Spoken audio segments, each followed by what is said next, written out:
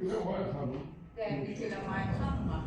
Ancaq müəyyən insanlar var ki, bizim qonaqlarımızdır və onun kitabları da oxuyurlar.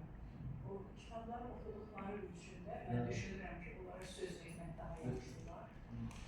Bizim kitabımızı oxuyan bir alim, Göyçay dərsinin baş redaktoru Adil Məmmədə söz verirəm. Başdan ayağa oxuyub kitabı, hətta təhlillidir. Və mənə də orada müəyyən qeydlərini də göndərir ki, növbəti kitabda, məsələn, burada hər səhv, burada məsələ, baxmayaraq mücrü əşqiyam olacaq. Yenə də səhvlər farklı olur. Adil müəllim həm də Göyçay şəhər nazirlərindən orada müəllimləşdirmişəm, pedaqoji universiteti və orada direktor oldu mənimlə, ədəbiyyat müəlliməsi olmuşam. Hal-hazırda Göyçay dərsini yaşadım. Ədəbiyyat işinə də çox kömək edir. Rəsulumuzun muzeyində də ki, yəni bizim işlərimizdə çox böyük dəstək var. Çünki bizim Rəsulumuzun muzeyində bizim Rəsulumuz adına Göyçay poeziya kurumuz da var. Mədəniyyət Nazirliyi də qeydiyyatdan keçib işləmə əsaslarına biz o gənclər yürmüşlər və təbii ki, bizim vaxtlarımız gedirdi yaşlarında. Amma gənclərə adətən sevgi doğru yol ədəbiyyat, əsr ədəbiyyat nədir? Yəni, əsr ədəbi örnəklərini onlardan tanış eləmək. Hər bir missiyası var da, biz özümüzün ədəbiyyat müəllimisi missiyamızı orada görürük ki, yaxşı ədəbiyyatda təbliğ edirlər, yaxşı nümunələri, gəncləri. İndiki uşaqlar kimi gənclər kitabına uzaq düşən bir zamanda, bir müddətdə sevgiləri kitablarına təbliğ. Göyçay ədəbi müddətinin 550 ildən o həqiqi ilə başlayır, o həqiqi ki, hüzuru onun özünün kitabı olsaydı, onun yarasılığına heyrətlənib, ona hətta nəzirədə yazmışdır.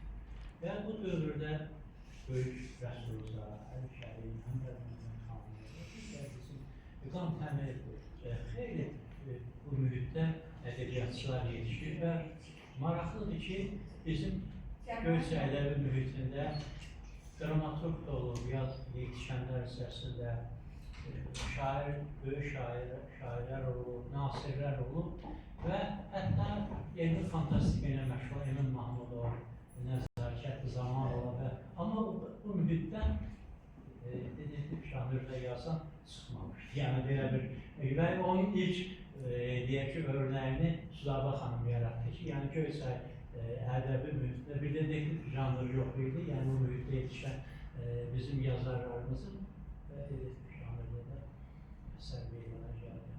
Əsər mən oxumuşam, qeydlərini Südabə xanıma vermişəm. Onun o detektiv janrın əsas özəlliyi ondadır ki, gərək oxuzunu daim intizarda saxlaya bilsin. Oxuzu o hadisələrin, axarın intizarla gözləsin.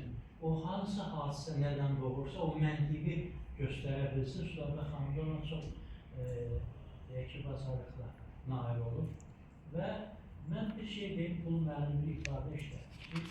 Dedik ki, xoşlanmıram, çünki orada kriminal aləmin adamları oradan nəsə öyrənə bilərlər. Amma mən həmişə deyirəm ki, mən detektiv janrdakı ən maskalanmış bir cinayətkarı və hər hansı bir görəndə mən onlara obrazla tanış olan kimi yazığım gəlir. Deyim, hastansa bir gözəl bir müstəntiq çıxacaq ortaya, bir haradasa deyək ki, detektiv çıxacaq ortaya və onu ifşa edəcək. Hər başdan yazığım gəlir ki, gec-tez onlar ifşa olunmalıdır, təbii ki. Südabə xanımın bu kitabı çox, bir deyək ki, yalnız onu narkotika alqəçilərinin deyək ki, faciəli həyatı və yaxud narkotikanın deyək ki, törətdiyi bəlalar və yaxud da digər başqa deyək ki, məsələlər ki, var ki, cəmiyyətdə növbəti hallar var, təhs onlardan onun məhdudlaşdırma olması. Südabə xanım kitabında çox maraqlı bir məqam var. Ən böyük canlılar bəzən cinayətkarlar o cinayəti yox etmək, aradan qaldırmaq, onun qarşısını almaq missiyasını çiynindən götürən, deyək ki, böyük mühafizə orqanlarından var. Yəni, öz peşəsinə xəyanət edirlər, öz peşəsini haradansa deyək ki, karyera qurmaq üçün, varlanmaq üçün, digər özlərinin kölgəli niyyətlərini həyata keçirmək üçün deyək ki, o orqanlarda soxulurlar və ifşa olunandan sonra, onlar uzaqlaşandan sonra, həmin orqanlardan uzaqlaşdırılandan sonra onlar ən böyük bəlkə də çoxu caniyə çevrilir. Çünki o prosesi çox gözəl bilirlər. Yəni adi adamlar, çünki çox canilərdən, onların o deyək ki, taleyi ilə onların tanışlığı var, onların istintaq işində iştirak edirlər. Orada maraqlı bir obraz yaradır və Kusura Baxanın həmin Teymur Talavov obrazı ki, vaxtilə müstənqid olub və o Siz açmayın da yok. yəni demək istəyirəm ki, ən böyük yəni şəxsində ən böyük deyək ki, o maskalanmış və ən təhlükəli bəlkə də elə həmin o orqanların üstündən çıxan canlılar. Çünki onlar prosesi çox tərəfliyinə gedirlər. Mən təkcə detektiv janr nümunəsi kimi baxmadım kitabı oxuyanda. Ora mən bir başqa yöndən də baxdım. Burada yaxşı mənada didaktika da var. Gənclərə öyrət nəsihət var. O narkotikanın törətdiyi bəlalar var. Şu bəlalar insanı hansı uçuruma aparır. Burada çox güclü lirizm var.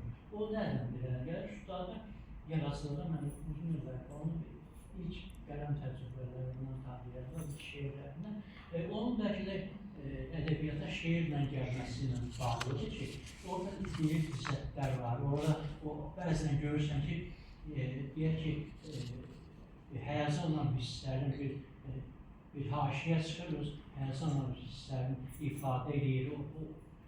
Və öz qəhrəmanının taleyinə, müsbət qəhrəmanının taleyinə azlayır. Və bu baxımdan bir cəhətdə mənim diqqətimi cəlb elədi ki, orada və onun əvvəlki yazılarında da mən diqqətimi cəlb eləmişim. O filoloji biliyinə məlumatlığından irəli gəlir ki, tez-tez folklor nümunələrindən, rəvayətlərə müraciət edir, ondan istifadə edir və bir də onun imanlı olmasından ki, onun əvvəlki əsərində də vardı və burada da müqəddəs kitabımız olan Quran-ı Kərimdən müəyyən ayələrin verilməsi də çox maraqlı bir şeydir. Yəni, dedektiv janrda bu məsələlər, mən dedektiv janrda oxuduğum əsərlərdə mənə rast gəlməyib ki, o deyək ki, müqəddəs kitabdan insanlar düz yola dəvət edilmək üçün müqəddəs kitabımızın o, deyək ki, ilahi tövsiyələrindən də istifadə edilməsi. Bu baxımdan Kusura Baxanın əsəri uğurlu əsərdir. Və inanıram ki, elə Göyçayın demək, ədəbi mühitindən çıxan detektiv kimi bizim o mühitdə də detektiv janrı meyl edən zamanları sayı artacaq və detektiv janrında yer alacaqlar. Təbrik edirəm Kusura Baxan. Çok sağ olun.